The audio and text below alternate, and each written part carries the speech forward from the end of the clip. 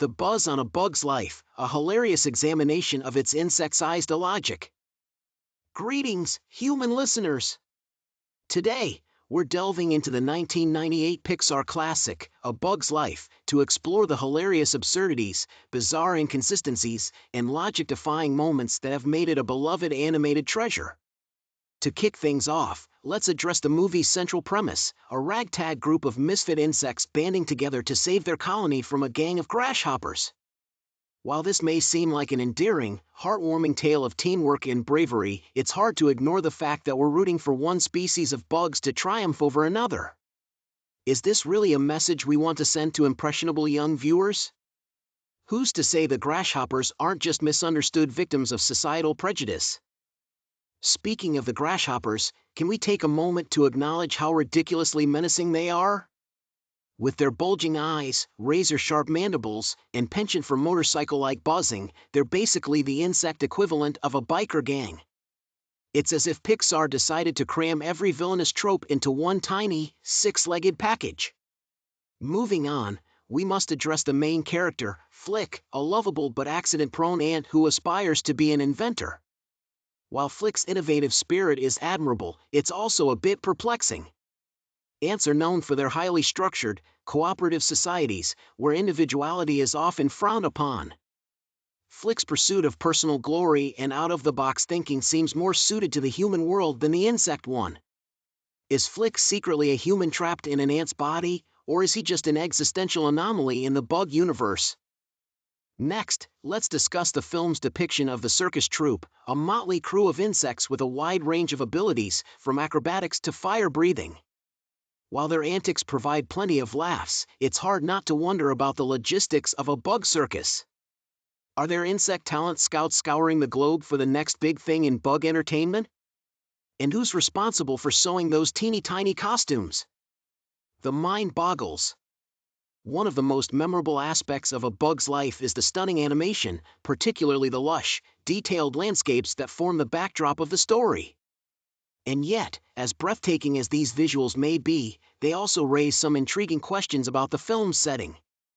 For instance, how is it that this world, which is ostensibly populated by insects, contains a fully functional bar, complete with drinking glasses and salt shakers? Is there a secret underground bug economy that we're not aware of? And while we're on the subject of the film's setting, let's take a moment to ponder the concept of time in the bug world. A Bug's Life takes place over the course of several days, but given that many insects have lifespans of just a few weeks or months, it's possible that the events of the film actually represent a significant portion of the characters' lives. This means that the stakes are even higher than they initially appear. Flick and his friends aren't just fighting for their colony, they're fighting for their very existence. Let's talk about the budding romance between Flick and Princess Ada. While their love story is certainly sweet, it's difficult not to wonder about the genetic implications of their relationship. After all, ants are eusocial insects, meaning they have a queen that's responsible for breeding, while the majority of the colony is made up of sterile workers. So, is their love doomed from the start, or are we witnessing the dawn of a new era in ant romance? And how about those blueberries? You know, the little ant children who are inexplicably referred to as blueberries throughout the movie. Sure, it's an adorable nickname, but it's also a bit perplexing. Do ants have an innate knowledge of fruit, or is there a secret ant culinary school that we're not privy to? And if so, do they offer cooking classes for other bugs? One can only imagine the delightful insect-inspired dishes that could be concocted in such an establishment. While discussing the film's memorable characters, we can't forget Heimlich, the lovable, rotund caterpillar who dreams of becoming a butterfly. Throughout the movie, Heimlich's obsession with food is played for laughs, but it raises an interesting question about the dietary habits of insects. Do bugs have favorite foods, or are they simply hardwired to consume whatever's available? And do they experience cravings, or is Heimlich just an exception to the rule?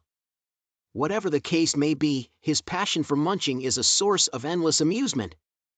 Now, let's dive into one of the movie's most iconic scenes, the climactic battle between the ants and the grasshoppers. This epic showdown features an array of ingenious contraptions, daring stunts, and last-minute heroics, all orchestrated by Flick and his circus pals.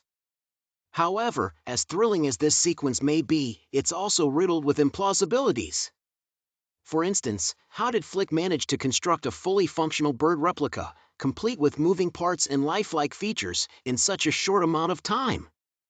And how were the ants able to overpower the grasshoppers, despite their considerable size and strength disadvantage? The answer, it seems, is simple: Pixar magic. Speaking of the grasshoppers, let's address their leader, the villainous Hopper, voiced by none other than Kevin Spacey. Hopper is a menacing figure who rules over his grasshopper minions with an iron fist, or rather, an iron exoskeleton. His tyrannical reign begs the question: do insects actually have complex social hierarchies, or did the writers just need a compelling antagonist to keep things interesting? Regardless of the answer, Hopper's malevolence provides the perfect foil for Flick's unyielding optimism. Next up, let's consider the film's setting, Ant Island. This idyllic paradise is home to a bustling ant colony, but it also harbors some rather baffling geographical features. For instance, the island appears to be surrounded by a vast body of water, which seems to serve as a natural barrier against intruders. But if this is the case, how did the grasshoppers manage to invade Ant Island in the first place? Did they swim, or is there some secret underwater tunnel that we're not aware of? The world may never know. Additionally, it's worth noting the remarkable level of technology showcased by the ant colony. From their ingenious grain storage system to the makeshift inventions crafted by Flick, these ants are clearly ahead of their time.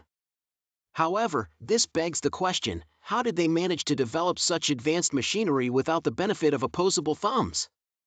Are these ants secretly engineering geniuses, or is this just another instance of Pixar playing fast and loose with the laws of nature? Now let's discuss the circus troupe, a motley crew of misfit bugs that Flick recruits to help save his colony. This ragtag group includes a stick insect, a pair of acrobatic pill bugs, a praying mantis magician, and a black widow spider, among others. While their talents are undoubtedly impressive, one can't help but wonder how they managed to form such a cohesive team in the first place. After all, many of these insects are natural predators. It's a miracle they didn't eat each other before they even had a chance to perform. As we finally conclude our deep dive into the hilariously improbable world of A Bug's Life, it's worth taking a moment to appreciate the film for what it is: a delightful, logic-defying romp through the secret lives of insects. While its many absurdities and inconsistencies may leave us scratching our heads, it's the heart, humor, and imagination of the story that keep us coming back for more. So, suspend your disbelief, embrace the chaos, and join us in celebrating this charmingly illogical animated classic.